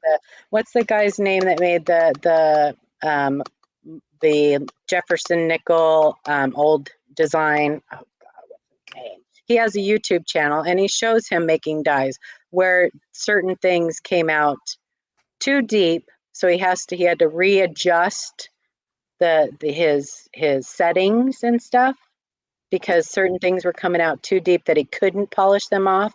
If they weren't, then he'd be able to polish them off. But he shows him adjusting it. What the heck is his name? I don't know. Yeah. Say that one more time. Give me. They are on the working. I'm not sure, Eric. I can't remember what his name, but they are lathed into the working die, and for some reason they're not removed. They are unable to, or they're just too lazy, or they don't care. I don't know. But you find them on all denominations. So that's what I was talking about when we were looking at the insert of those magic coins. Yeah. This is what I was talking about. Wow, there's a good article on coinnews.net about them polishing the dies. They actually have the machine used to remove those lines is called Thielenhaus machine. Thielenhaus die polishing machine. Yeah. Yikes. I don't want to say that fast.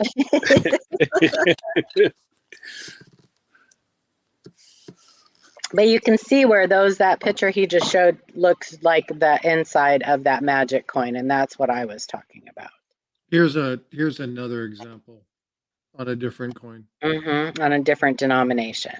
Yep. See now you concentric with the rim, so those were probably put in by a wire brush. By a die polishing, yes. Right. They probably you have to look carefully, and they have to be evenly spaced out, and typically they come from the outside of the coin to they're around the perimeter, but you can find them on. There are some examples of Jefferson nickels where they're in the center. They want to know, are you talking about Henning? No, I'm not talking about Henning. Yeah. I'm talking about. You're not talking about the counterfeit. No, I am talking about starts with an L, I think. So what did I he have do? those nickels. I could go look, but I'm too lazy. What did he do with the nickels, Paula? He made examples of the so the first ones were made for the Jefferson Nickel Club. And they are the original, one of the original dimes presented for the Jefferson nickel. And they Here's a great link. Oh my Also, gosh, what is his name? I for don't know. anybody who's Well, curious Felix what the minting Schlug is the designer of the Jefferson nickel, but they are his original design for the Jefferson nickel, and the guy's name is I can't think of Michael it. Lukes? No. Nope. the original designer for the Jefferson nickel. Is that what you're saying? I'm not even listening. I'm talking about the guy who made copies. 99, I think, is when he did the first set, and then he did another. He does all kinds of things. Oh my gosh. It's killing her. It is killing me. Talk amongst yourselves. I will think. I'm gonna go look at my coins because I have his thing. I'll be right back.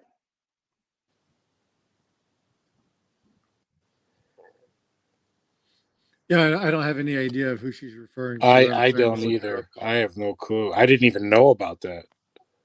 Is his last name York?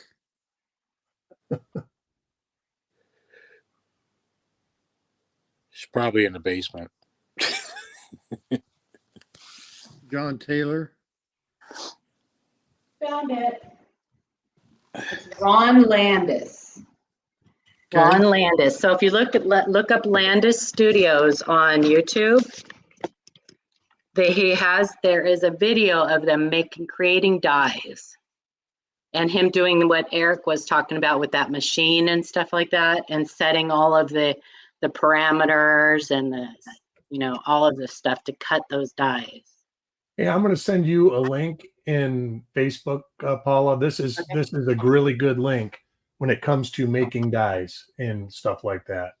Yeah. Or not for your reference, but in case you ever want to share it with somebody. Okay. So I just put in Landis Studios. Mm-hmm. He does a whole bunch of handcrafting, metal Oh, yeah. arts, and all sorts of stuff. Mm-hmm. So I included that, and then his YouTube link and his Facebook link are all tied. And he to that did website. the Jefferson Nickels I think it's for the Jefferson Nickel Club, years ago with the original, and they're spendy. I have a set of the latest that he did, but I don't have a set of the original ones. The original ones are spendy, but they're really cool. And I love the design, and a lot of people hate it because it's a little cartoonish. I just put in the Landis it's Studios Facebook, so you can see that. Cool. You can see the Felix Schlag Jefferson Nickel video. Yeah. Hold on just a second. Let me pull it But up. Ken Putter told me about Ron's video, or Ron's YouTube channel, and the video of him making dies, and it's really cool to watch.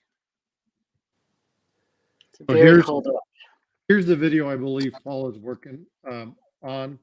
This is in the, I think that's the same one, where it's the Felix Log Jefferson Nickel and talks about how they created the Jefferson Nickel and what was available. And Yeah, they have a video just strictly on them making dies, cutting them and everything. It's like amazing. Well, that's pretty cool. Yeah. Yeah, But that site I gave you, Paula, it has everything from that to the polishing to the actual cleaning at the end. It shows pictures of what they're cleaning the dies for and why they're cleaning it and everything like that. I have probably seen it, but chances are, but it was something I've seen some of the videos, but not all of the videos. I would have never known about the dive. Who made the videos? Who made the videos? Did the US Mint make the videos, or did they come from the ANA? Do you know? News. It's coinnews.com. Yeah, no, I mean, who made the videos though? Whose videos are they When I using? get the YouTube thing, it said Coin News. Coin So, News. Okay. yeah. Oh, okay. So, I don't know if Guys, that's a real. This real guy's thing. got. Oh my gosh, there he is. I just woke up. Oh my gosh, Joe. Joe, I don't know if I can wait till March. He's I like, know you. I know. I know. All right, guys. I don't You gotta even get- there remember you what go. your face looked like. I need What to look. is this? God. All right, guys. I gotta take off. I'll be in chat.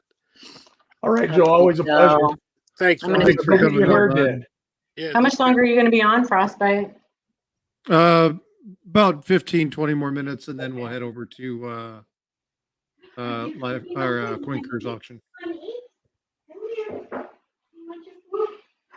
Give everybody a chance to use the facilities and do stuff like that.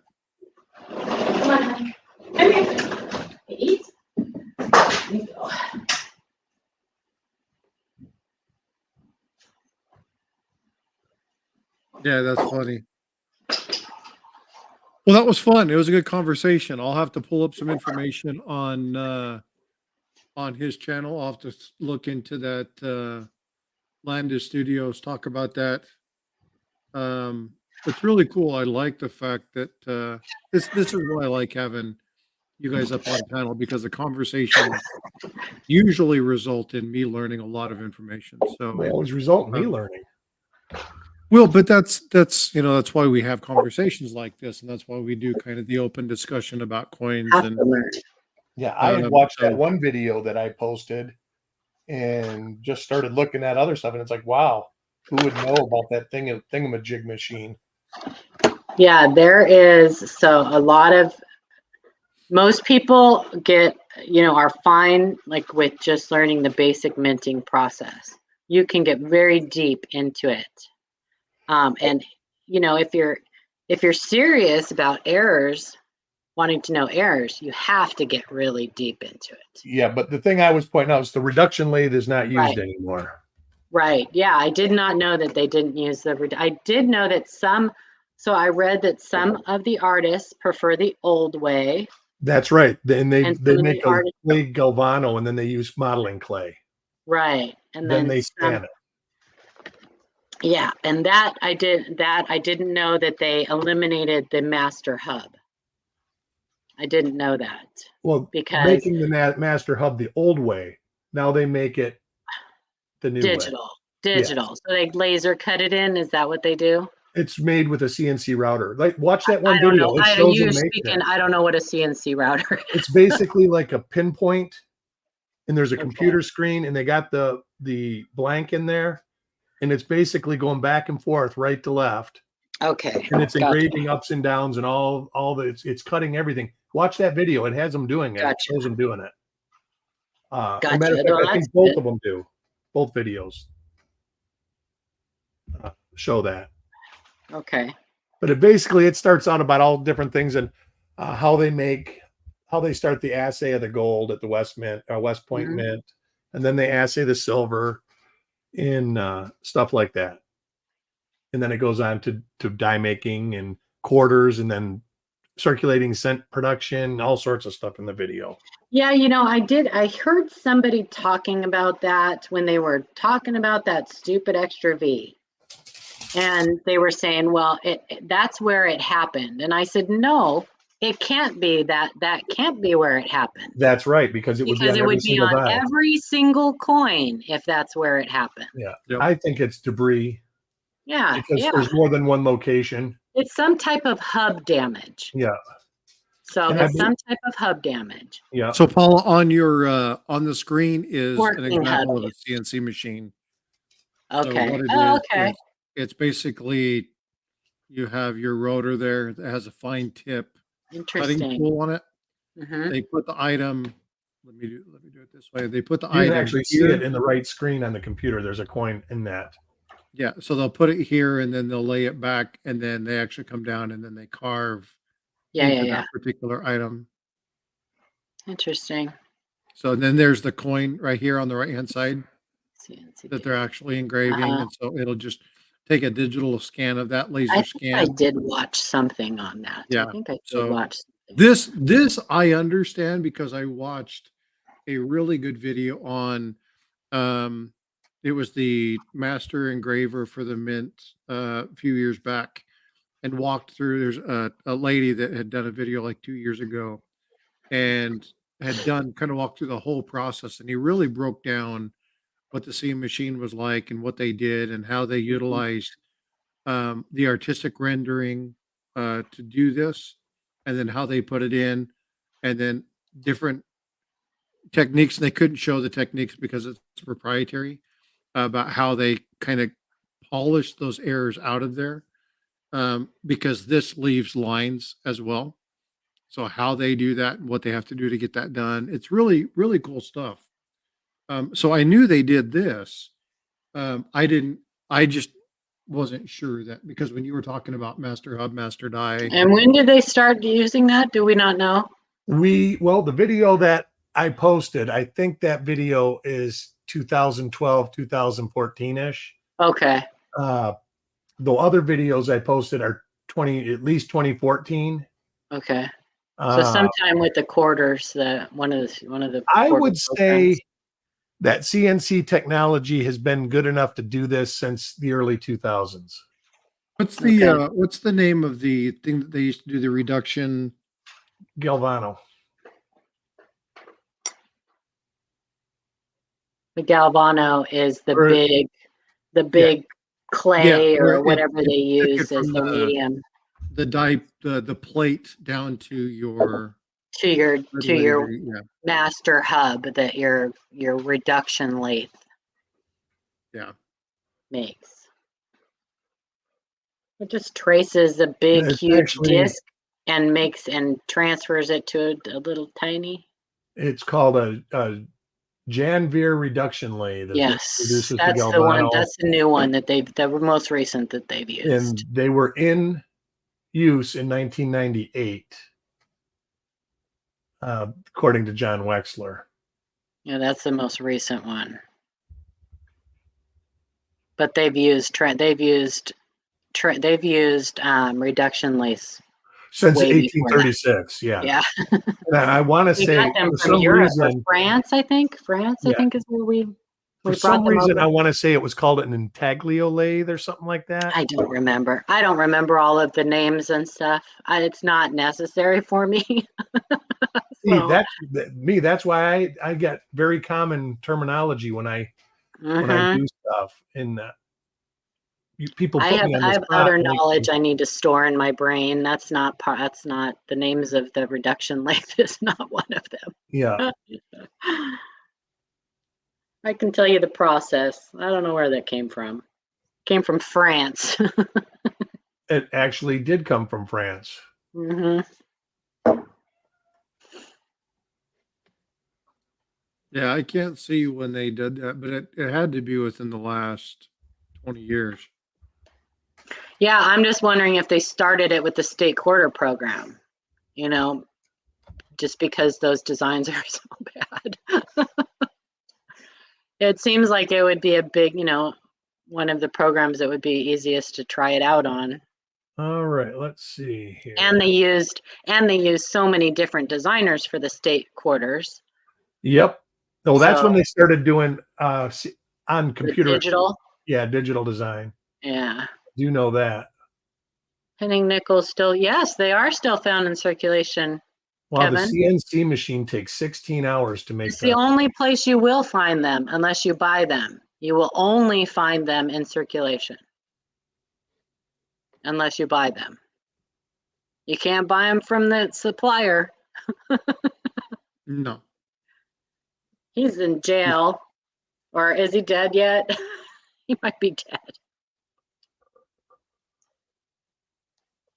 He might be actually, dead. the Mint's website says that they use the CNC to make the master hub and die. It says. Wonder why they would use it to make both. Maybe they're just talking about the No, process. the hub makes the die. They press Yeah. the die with 265 tons Yeah, of force. they're just talking about the process. Oh, it depends on what they're making. Some of the dies for metals, the master die is made on the CNC machine. So I guess it Well, would because they how many working probably dies. because they don't need so many. That's right. That it probably depends on how many working dies they need. Right.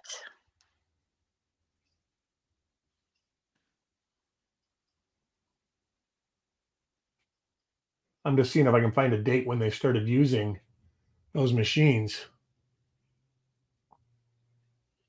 It's pretty cool though. I'm gonna have to look into that because I have a feeling that we may see some anomalies on coins that come directly from that source. I've been saying that counterfeiters are going to start using 3D mapping in routers to make dies, and they're going to be perfect. It would not surprise me.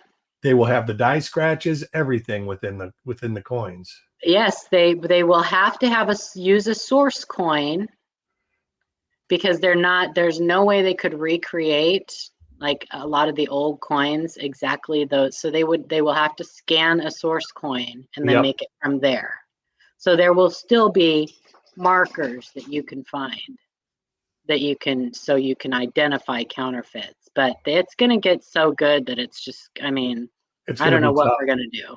I don't know what's going to happen with that. He died in 68. Okay. Yeah, so he's not in jail, but you still can't buy it from the source. He's been gone for a little bit. He's been gone for a little while. He died the year after I was born.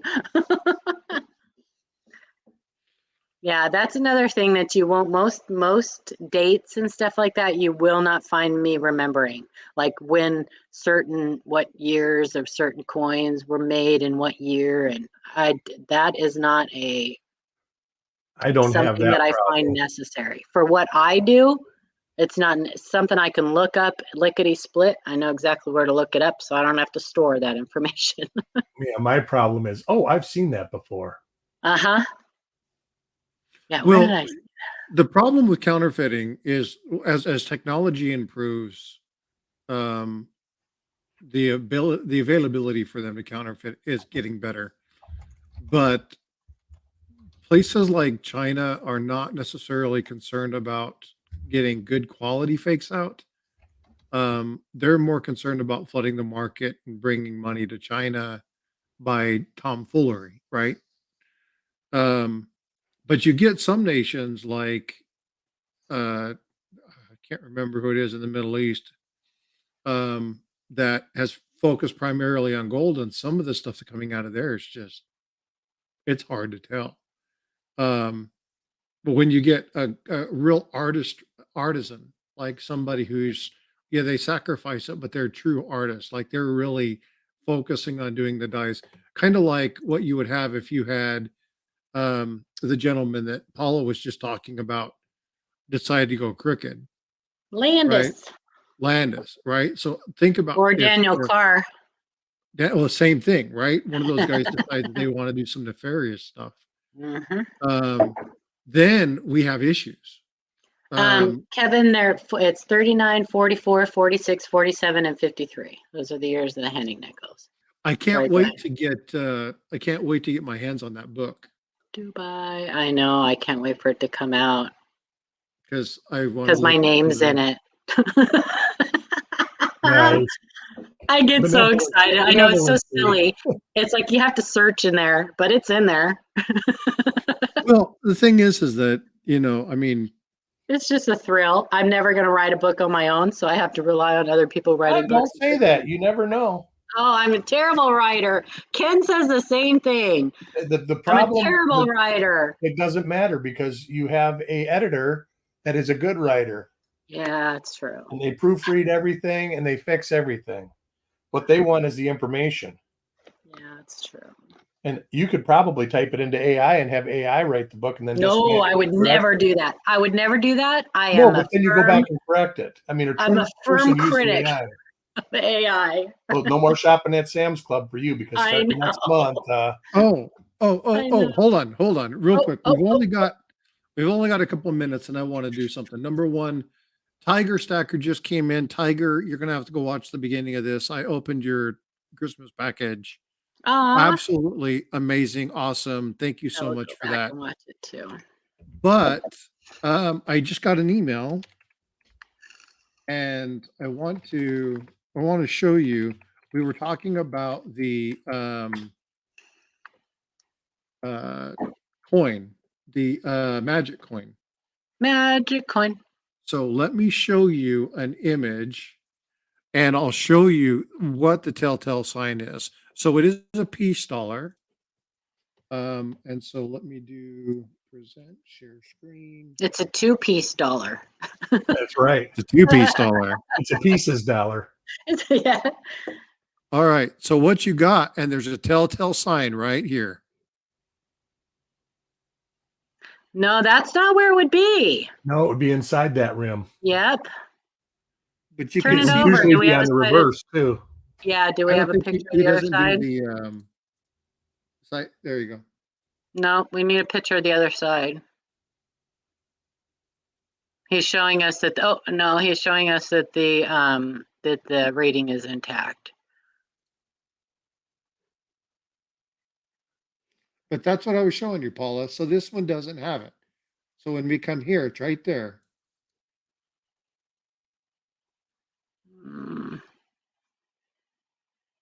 I don't think so, You but see lots of possibly. coins that have that around the collar Mm-hmm. mark. Yeah. That's the same side. We don't have a picture of both sides. That's a different side. That's a different side. That's you don't see you don't see the stuff here. So if you look at the L down to In God We Trust, and you look Oh. at the stuff here, Oh, you yeah. can see the corrosion. I'm wondering if Yeah. that was. Oh, I guess it wasn't cut in half and glued together. And that could just be a complete fake. Yeah. Yeah, that could be done differently. But typically that's not where you see. But if you look up turn it to the front again, the other side. If you look right there on the inside of the rim, above Liberty, that's sharp and square. Mm-hmm. That's probably where it's inserted at right That's there. probably exactly where it's inserted at. See how Because it's real square? that where you were showing is not where they machine it out. It couldn't be, because it would remove the whole design rim if they machined it from that point.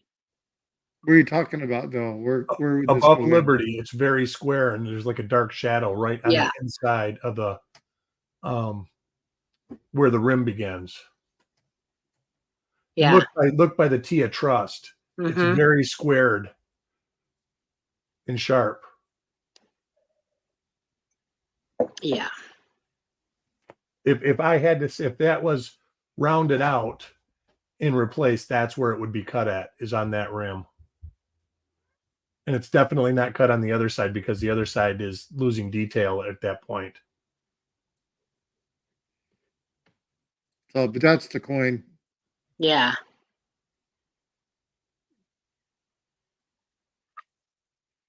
Nice conversation piece. I'd keep it. Oh, heck yeah. I would keep it too, for sure. Cool as heck. Probably if you Google peace dollar magic coins, you probably could find a lot of images and a lot of sites that I would say probably Temu is where those are sold. But yeah, they're typically machined where the field meets the design rim. Yeah, I'd have to look at that a little bit closer because I'm not seeing it, but It's probably one that you have to look at in hand. maybe. Yeah, I'm not seeing it on my end, but again, I've held a magic coin one time, but I knew it was very cheap.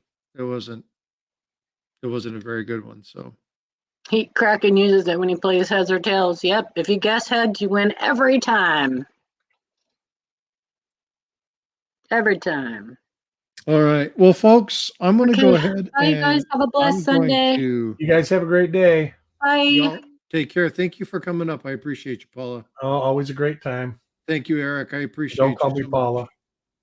Great conversation, a lot of fun, a lot of good information.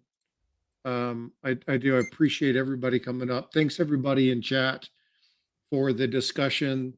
We're going to be heading over to Coin Crew. Got a few minutes to go ahead and get over there. Get your cup of coffee, go use the facilities, do whatever you need to do. Make sure that you um, uh, grab something, do whatever. I'm sure they got a bunch of goodies going on. There's the link. We'll see you over there. I'm going to take a few minutes, so I won't be over there for probably another 20 minutes or so. But anyway, y'all, thank you so much for coming up. Thanks for spending time with us. Paula again, Brandon for coming in and saying hi at the very beginning. Again, go check out if you like the Looney Tunes, go check him out. So, but you all be well. Take care of yourself. Roxzilla says Etsy has the peace dollars for $7, which is pretty cool. And probably will have to get one and just to have it. But I appreciate you all. Thank you so much for all the support and offer that you've given to me and to the channel. 15 gift memberships were done today by Eric, by 949, and by Spray Can. So if you got one of those memberships, please give them a thumbs up. Let them know that you appreciate them. Y'all are great. Thank you so much. Take care. Be blessed. And I will see you in the streams.